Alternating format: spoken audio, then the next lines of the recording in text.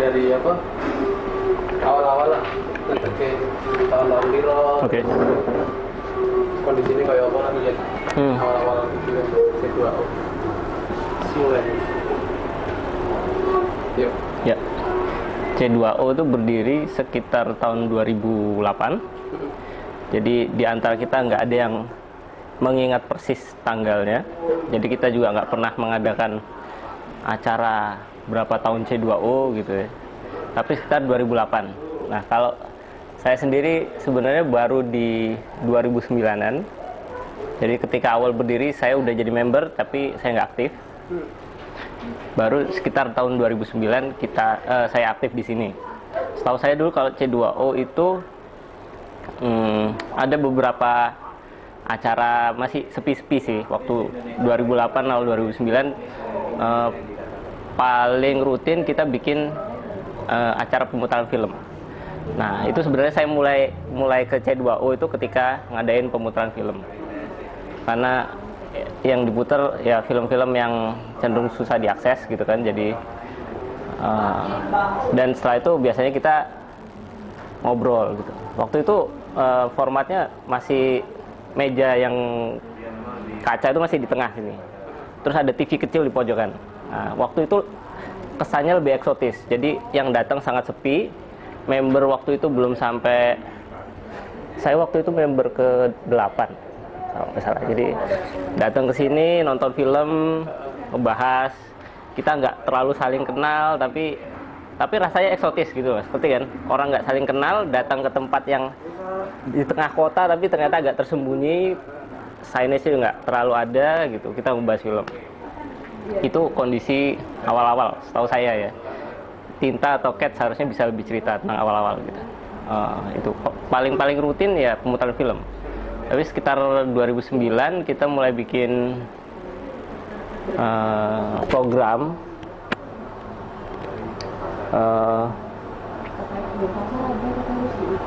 Buku ya belum ya, library belum. Oh udah. Oh, library belum jalan. Sudah. Library dulu. Awalnya perpustakaan. Jadi sebenarnya awalnya kan gini, ini awalnya sebelumnya perpustakaan desain yang bikin kakaknya Kathleen. Formatnya sewa gitu. Tapi kemudian saya nggak tahu kenapa, mungkin karena kesibukan kakaknya juga nggak terlalu jalan. Terus kemudian setelah Kat pulang ke sini, dia masukin koleksi bukunya.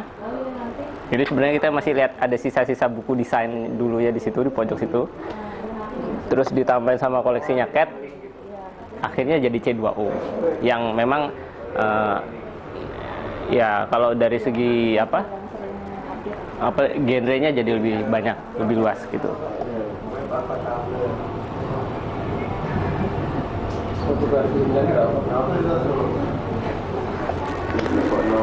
Kalau program, seingat saya 2010 sorry. Salah satu program yang paling lama tahunan di C2O itu Cergambure. Cergambure itu festival komik tahunan gitu. Sekarang kita selalu kerjasama dengan masuk ke program-program sekarang aja deh. Ya kalau 2009 ya mulai yang bioskop kan 2009. Oh iya, so 2000 sorry. Ternyata program komik pertama itu 2010. Heeh. 2009 belum ada. Kamu masuk. Aku urung sinau. Tapi semua dokumentasi arsip lengkap kok kalau di jadi di C2O itu kita bikin newsletter tiap bulan, itu isinya agenda acara dan itu semua bisa diakses semua. Jadi mau cari agenda kegiatan kita, laporannya ada semua setiap bulan. Okay. Jadi nanti silang konfirmasi data lihat situ.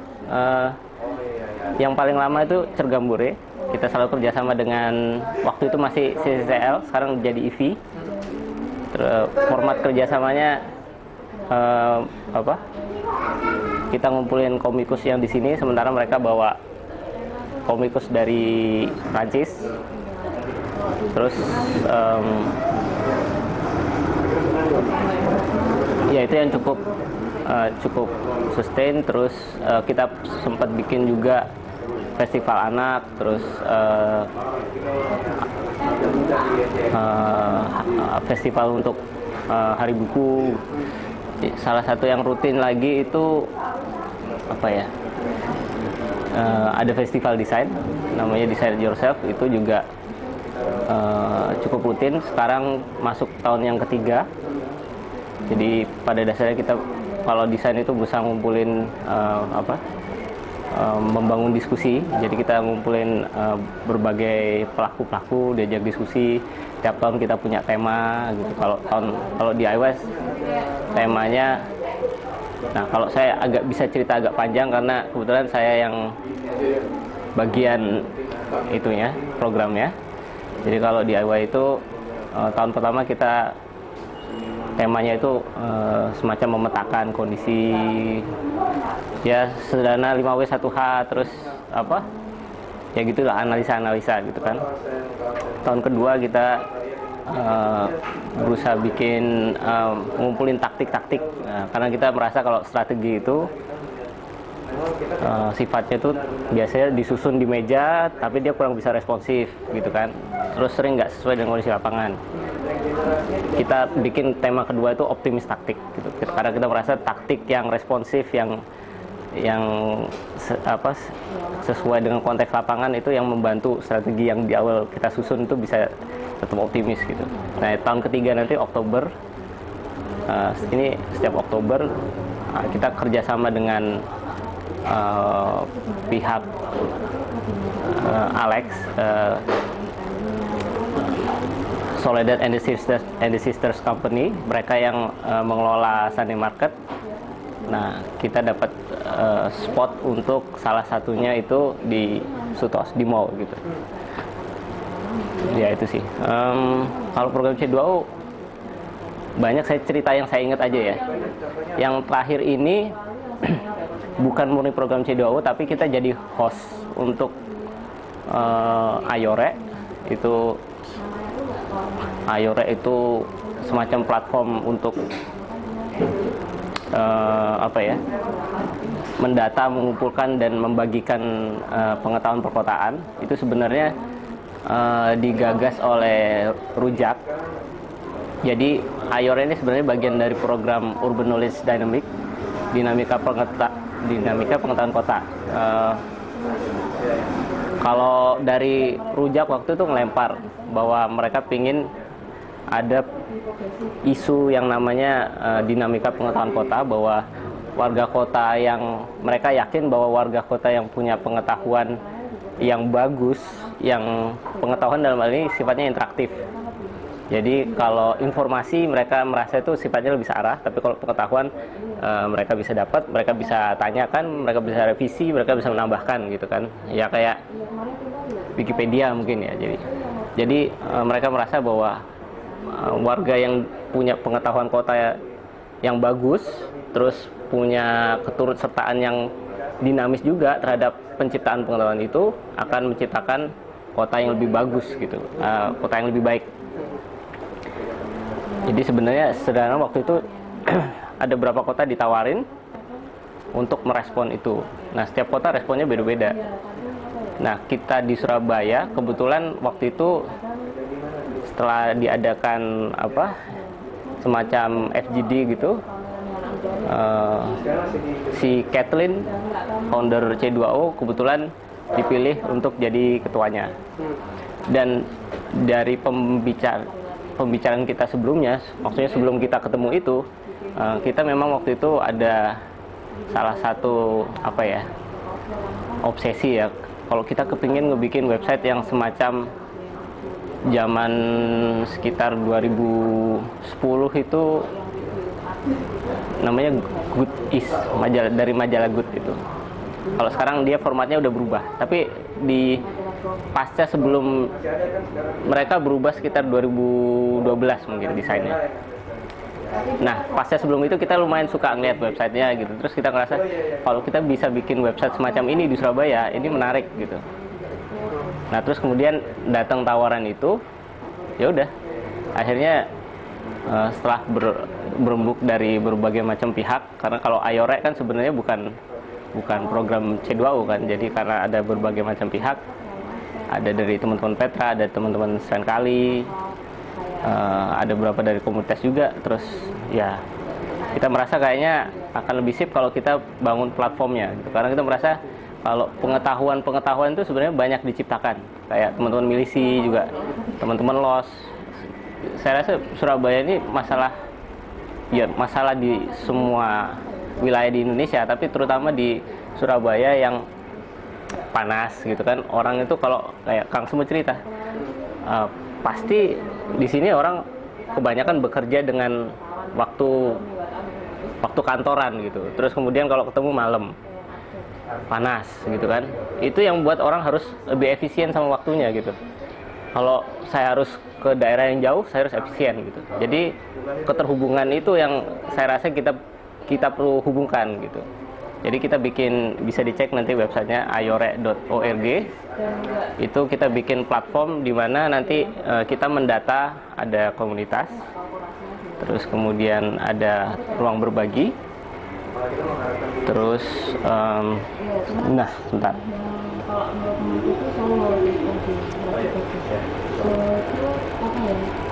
Agenda.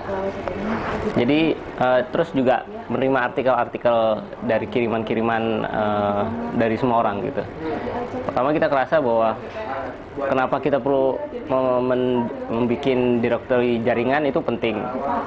Tentunya penting itu ya pastilah. Terus kemudian kita membuat directory ruang berbagi karena kita kerasa ya itu penting juga kan. Maksudnya tempat-tempat persilangan kayak Kang Semut bilang tadi kan bahwa atau si Kuro bilang tadi bahwa kalau saya merasa di sini saya ngerasa bisa ketemu orang selain di tempat kalau misalnya kerja gitu kan.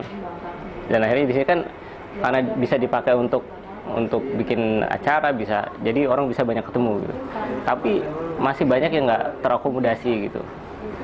Gimana kalau mau bikin pameran? Akhirnya kan beberapa kali ada pameran di sini yang termasuk Codex Code waktu itu juga di sini. Cuman kita ngerasa sebenarnya kita ini nggak ideal untuk pameran gitu loh. Jadi sebenarnya gimana caranya ada ruang-ruang publik yang disediakan untuk dari pemerintah yang sebenarnya itu bisa gitu loh. Emang diajuin untuk masyarakat tujuannya. Cuman masalah transparansi penggunaan. Nah, itu yang kemudian kita berusaha data. Dan ini macam-macam sih, mulai dari nggak harus tempat-tempat dari yang disediakan pemerintah, ada juga kafe atau butik yang memang terbuka untuk itu. Jadi kita berusaha data, kalau misalnya ada yang harus bayarnya berapa gitu. Jadi intinya transparansi data. Jadi kita mulai dari situ sih, karena permasalahannya kurang lebih ya kayak udah dibicarakan kalau di Surabaya itu masalah keterhubungan, masalah pengarsipan, membuat kategori data yang bisa diakses dengan gampang, menyebarkan. Terus apalagi tadi? Ya itu sih masalah ruang gitu-gitu. Itu yang berusaha kita paling nggak sediakan di Ayore gitu. Jadi datanya, ya itu sih. Jadi kalau ada yang mau kolaborasi juga mungkin bisa, yaitu ngupload datanya gitu. Nah, selama ini lihat sebenarnya kebutuhan ruang di sini atau Surabaya? Ya. Kalau selama ini lihat kebutuhan teman-teman atas ruang di sini atau di Surabaya itu apa? Itu harus lebih banyak atau apa gitu ya? Silang obrolan itu ada terus. Sebenarnya sih kalau saya ngelihat, menurut saya pribadi ya, yang namanya dialog itu ya kayak hukum kekalahan energi, mereka bisa di mana-mana sebenarnya. Jadi kalau saya ngelihat di Surabaya itu sebenarnya mungkin itu di warung-warung, cangkruan, itu sebenarnya yang terjadi gitu. Iya. Maksudnya tapi itu menunjukkan bahwa butuh ruang sebenarnya gitu. Kalaupun nggak ada ruang masih bisa di warung. Nah, ruangan bisa macam-macam. Yang kalau untuk pameran Ya akhirnya itu jadi kalau mau pameran yang di galeri yang ini yang apa ya, yang komersial terus terang memang susah gitu kan. Karena kalau galeri komersial tentu nyarinya yang karya-karya yang menjual gitu. Jadi pameran itu ya bisa di kampung gitu, bisa di, terkadang ada yang juga di mall gitu. Yang menurut saya nggak masalah gitu, karena setiap tempat tuh pasti ada audiensnya juga kan, tergantung kebutuhannya juga gitu. Ya itu sih. Soal segmen ini kayak apa nanti itu? Segmen apa sih sekarang? Segmen mungkin bisa umum ya, atau orang kayak apa? Mahasiswa atau Kalau ini yang udah dilakukan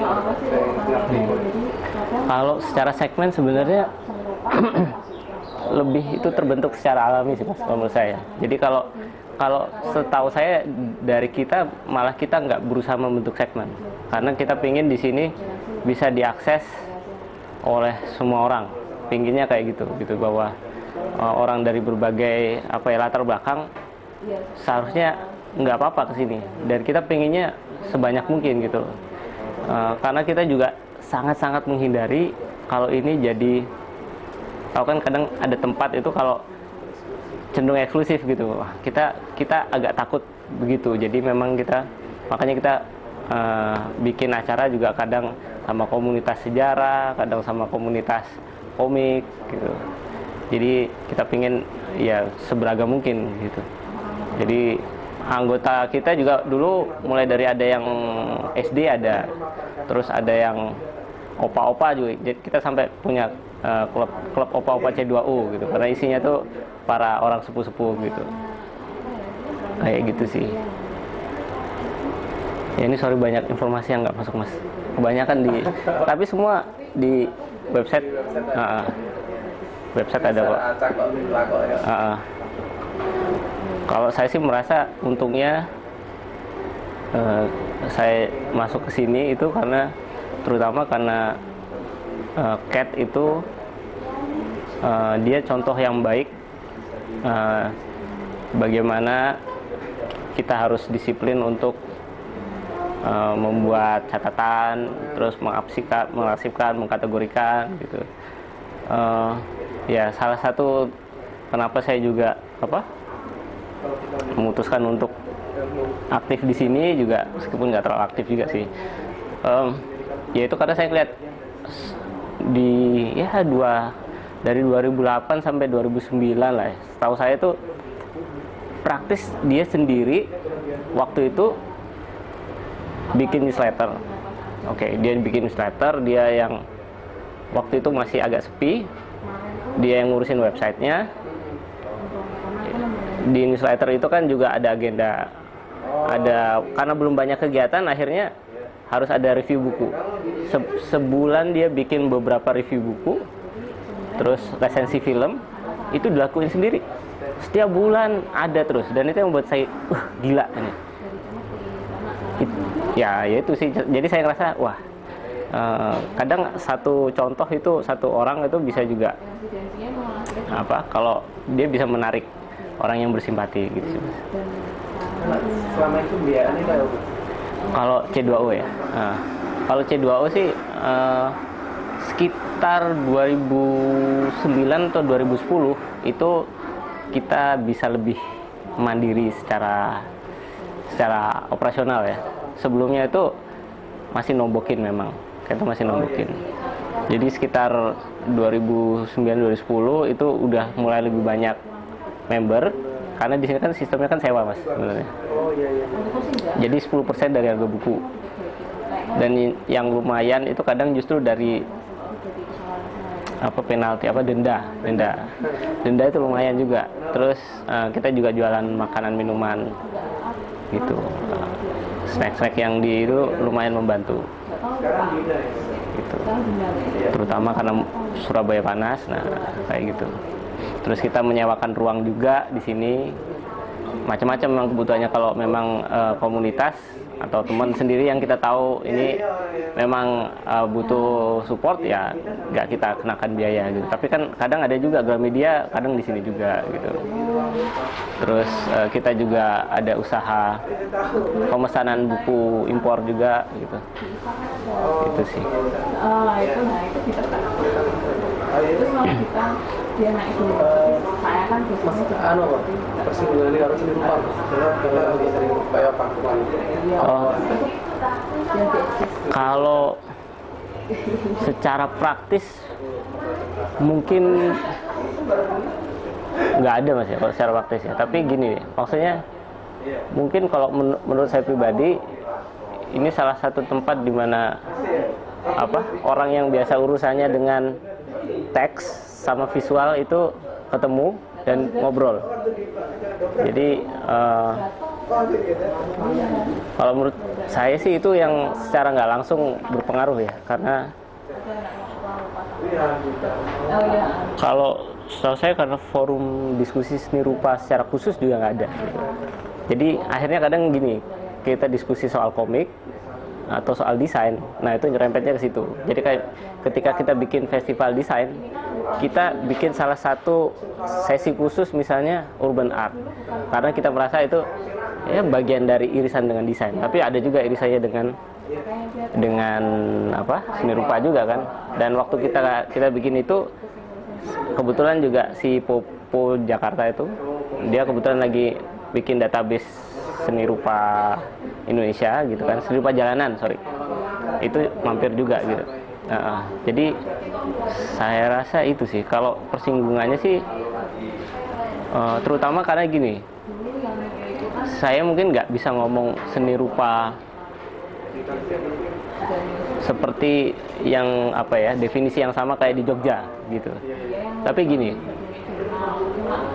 rata-rata mungkin yang akan memproduksi atau menghasilkan karya atau bikin pameran itu selain jurusan seni rupa yang sebenarnya di sini kayaknya cuma satu ya, itu kebanyakan dari mahasiswa desain, ya kan? Kalau ya kemungkinan saya salah, tapi dominasi yang membuat karya berupa visual itu kebanyakan dari mahasiswa desain atau lingkupnya lah, skenanya dari situ. Nah itu yang interaksi kita lumayan banyak di situ gitu. Nah itu saya rasa pengaruhnya bukan pengaruh secara langsung atau praktis gitu, karena kita ngomong seni rupa di Surabaya, bentar dulu seni rupa yang mana gitu. Nah, karena kayak teman-teman tadi di Milisi gitu atau Ready gitu, dia bikin juga karya di Biennale Surabaya gitu. Jadi memang sifatnya di sini belum terlembaga secara formal gitu. Jadi masih sangat cair. Jadi orang melakukan ini sembari melakukan ini gitu ya. Ya itu sih, belum terlembaga secara formal di pembagiannya. Kalau di Jogja kan mungkin udah cukup jelas gitu ya. IFA ngurusin ini, kunci begini, terus ada yang seniman udah yang bagian ini. Nah di sini karena petak-petaknya belum jelas ya, kita melakukan apa yang bisa diisi gitu aja. Menurut saya pribadi. Nah, soal pemilihan program yang selama ini berlangsung kayak apa? Boleh terus ya kita nentuin inilah, bikin pameran, ya nerima pameran inilah, terus harus ada workshopnya atau apa? Yang selama ini berjalan ada. Kalau akhirnya tema atau memang ditentukan oleh ibu sendiri? Kalau macam-macam sih mas, kita pernah lumayan ketat bikin program itu 2011 kayaknya. Kita bikin jadi sebulan program penuh, sebulan istirahat, sebulan program penuh, sebulan istirahat. Dan di akhir tahun kita merasa gila, ini capek banget gitu. Karena ya itu tadi kayak Kang Sebut bilang gitu. Karena kita di sini rata-rata memang ya maksudnya apalagi di Surabaya gitu. Beberapa menganggap kegiatan seperti ini nih antara kalau enggak ini kegiatan orang so aktivis, atau misalnya ini kegiatan kelas menengah yang buang-buang duit, atau cari waktu luang ngisi kegiatan gitu kan. Jadi memang saya rasa semua kegiatan-kegiatan yang katanya alternatif kalau di Surabaya itu memang kita setelah disambi-sambi dengan urusan cari duit gitu. Nah, ketika di tahun 2011 itu kita ngerasa wah gila ini capek banget gitu. Terus kemudian belum lagi ada beberapa nambah kegiatan, misalnya Cat harus nambah kuliah lagi, terus jadi itu yang buat kita pikir oke, kita harus bisa lebih slim, harus lebih efisien gitu. Dan akhirnya kita berusaha nyari perimbangan antara bagaimana kita membuat program yang akhirnya menurut kita benar-benar perlu nggak sih ini kita yang menginisiasi, sementara kalau kita ngelihat sudah ada beberapa kegiatan yang ada komunitas-komunitas yang punya concern ke sana, kita cukup memberi ruang gitu. Itu sih. Jadi kalau dari 2012 sampai sekarang ini kita lumayan fokusnya ke salah satunya ke Ayore, terus ada juga program si Tinta bikin Manic Street Walkers. Terus barusan kalau di C2O ada klub juga, klub yang sekarang lagi jalan, klub Rajut. Ada klub nulis yang lagi vakum. Tapi kemudian kita merasa Desi tuh klub Rajut. Kita ngerasa dengan adanya Ayore ini beberapa kegiatan yang sebelumnya kita agak terpencar-pencar itu yang sebenarnya bisa disatukan di websitenya C2O, tapi kalau kita merasa kalau ada di Ayore itu bisa lebih kesannya lebih tersebar lagi gitu. Jadi kayak di Ayore nanti macam-macam, ada kemarin misalnya ketemu antara anak-anak LOS ini, mereka bikin kerjasama dengan anak-anak musik, bikin records day kalau nggak salah. Jadi mereka merespon cover-cover musik gitu. Itu dibantu kita nyebarinnya di Ayore. Terus kita kemudian Tinta misalnya bikin tur jalan kaki ke Kampung Arab gitu kan. Terus kerjasama dengan ini bikin liputannya, terus dimasukin di Ayore, terus nanti direspon sama ada teman-teman musik gitu. Jadi kita merasa fokus akhir-akhir ini memang agak ke bikin platformnya itu. Jadi dan selain bikin, kita juga berusaha ngasih contoh juga gimana kira-kira platform ini bikin kan, karena yang susah kan itu sebenarnya mendayagunakan platformnya gitu. Jadi setelah kita bikin, kita ngasih contoh nih kira-kira bisa di multi respon seperti apa kayak gitu.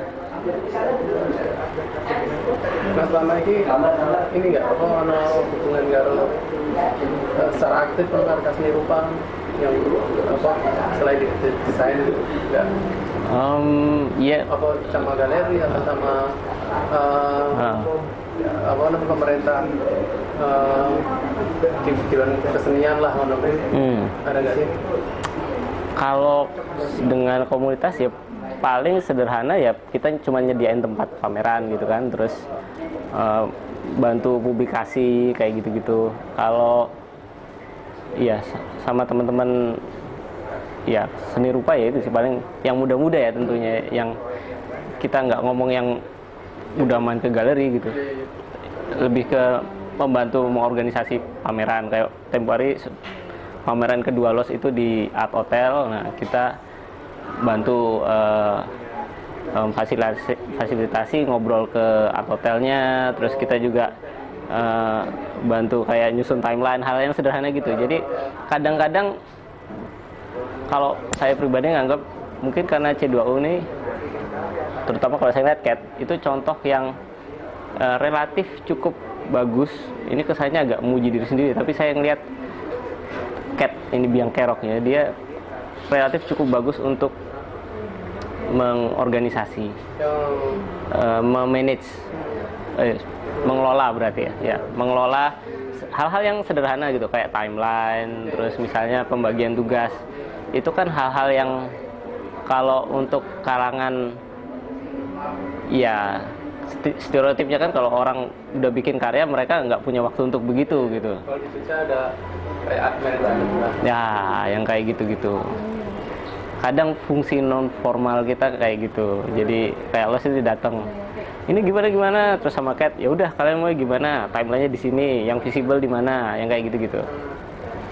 Itu yang menurut saya salah satu aspek yang keren dari sini. Kalau sama galeri secara langsung nggak ada, paling kalau kita bikin festival komik dulu karena di tempatnya CCL di galerinya mereka. Ketika CCL pindah di AJBS, di galeri AJBS, tapi itu pun yang menghubungkan IVI sebenarnya. Jadi kita belum ada hubungan langsung gitu. Programnya IVI. Iya, dan kita juga merasakan juga gila ini di AJBS yang galerinya sangat komersil kan. Dan secara tempat di hasilnya bagus banget. Nah, sebenarnya kan bagus gitu, tapi ya itu mereka ya stylenya sangat office gitu ya. Tutup jam segini, ini jam segini, oke. Ya itu lain hal sih. Nah, kalau sama pemerintah, kita pernah memulai ketika yang saya ingat ya. Oh ya, sebelumnya itu Cat itu sempat didatengin sama dari dinas perpustakaan segala macam. Terus saya rasa komunikasinya cukup terjalin setelah itu. Terus dimintain tolong untuk sharing di geng perpustakaan gitulah, yang di bawah pengelolaannya dinas apa tuh? Ya gitu deh, dinas perpustakaan kali daerah gitu. Terus ketika kita bikin festival desain yang pertama, kita ngundang, karena salah satu topiknya ada tentang urban planning, jadi kita ngundang orang dari Bapeko untuk datang untuk ikut sharing juga. Bapeko Badan Perencanaan Kota. Terus kemudian nah akhir-akhir ini ada wacana katanya memanfaatkan momen ingin mengelola Surabaya itu jadi, bukan jadi ya, tapi ada wacana untuk mengkampanyekan aspek kreativitas, aspek industri kreatif Surabaya gitu. Nah kemudian ada salah satu teman kita yang sering dimintain saran dari Bapeko. Terus kemudian akhir-akhir kemudian di salah satu pertemuannya kebetulan saya ke sana untuk mewakili C2O. Terus kemudian kami cerita tentang, ya mereka pengen waktu itu nanya gimana Surabaya itu ya kalau jadi kota kreatif tuh gimana ya kira-kira gitu. Waktu itu ada beberapa arsitek, terus beberapa akademisi. Nah kebetulan ketika saya ke sana saya cerita aja program-program di C2O, program-program yang konferensi desain itu gimana, upaya-upaya memetakan udah kita coba. Dan kalau di Ayore malah itu kita udah bisa ngasih ngeliatin tuh, kalau mereka bilang kayaknya kita perlu bikin ini. Nah ini kita sudah ngedaftar nih Pak, daftar jaringannya, tempat-tempatnya, tinggal silakan kalau mau ditambahi. Jadi akhirnya terekspos juga gitu loh. Dan ketika mereka ditunjukin gitu, jadi merasa wah ini berarti udah selesai dong apa yang kita bicarakan. Meskipun ya tentunya separuh selesai gitu, tapi paling nggak baru-barusan aja kok Mas, itu berapa sebulan yang lalu gitu. Kalau saya pribadi saya merasa, nah akhirnya pemerintahnya melek juga gitu, karena sebenarnya kita pingin sebisa mungkin nanti akhirnya itu tersampaikan ke pemerintah gitu kan. Karena maksudnya kita sering lihat lah kegiatan-kegiatan kayak dilakuin teman-teman gitu kan, atau workshop-workshop ke kampung gitu. Itu bagus gitu, itu menarik kan, kita melihat bagaimana kampung bisa berdaya sendiri, banyak pengetahuan-pengetahuan gitu. Tapi kadang yang sedih itu pada akhirnya apapun workshop yang udah dilakukan di sana, ketika misalnya ada kepentingan yang lebih besar gitu ya tetap aja kalah, tetap aja tergusur gitu. Jadi kita ngerasa bahwa akan lebih menarik, akan lebih asoynya, amboy umpamanya kalau data-data atau informasi-informasi yang sudah dilakukan di kalangan teman-teman ini bisa nyampe ke pemerintah dan bisa beresonansi itu. Kita pinginnya sih seperti itu gitu. Nah ini menurut saya ada bagusnya, paling nggak mereka sudah tahu gitu. Karena forumnya itu kan kadang kalau sama staffnya aja kan ya gitu, tapi ini kepalanya yang tahu gitu langsung ya kita harap kedepannya ada ya kerjasama atau apa yang apa, semoga impactnya itu lebih terasa gitu, inginnya seperti itu. Nah, kau yang ngerti orang sekali dengan tentang Galnes. Tentang Galnes itu pernah ngerti orang dan pernah orang maksudnya persinggungan dengan mereka. Selain datang ke pameran nggak pernah, Mas. Oh iya, pernah kan? Ya lumayan berapa kali. Terus tahu saya kan sebenarnya setelah pamerannya Raden Saleh, itu kalau nggak salah Pak Ivan Haryanto, dan beberapa teman perupa senior kalau nggak salah dari Jawa Timur, mereka tuh bikin Jatim Art Now sebenarnya. Itu sih. Kalau ya Galnes ya paling kita taunya karena ya banyak pameran memang di sana, jadi salah satu acuan ya, pasti tahu gitu kan, Mas. Tapi kalau persinggungan belum ada. Dan lagian ya praktisnya juga kalau dari bandara naik ke Damri, turunnya di Gambir ya kan, atau Gambir langsung depannya kan langsung lagi pameran apa gitu, kayak gitu sih. Kita cukup sih. Sip.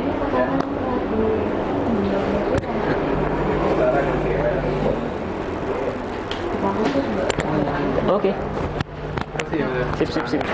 Kalau gitu ya, ngisi formulir ya. Taruh jalur data.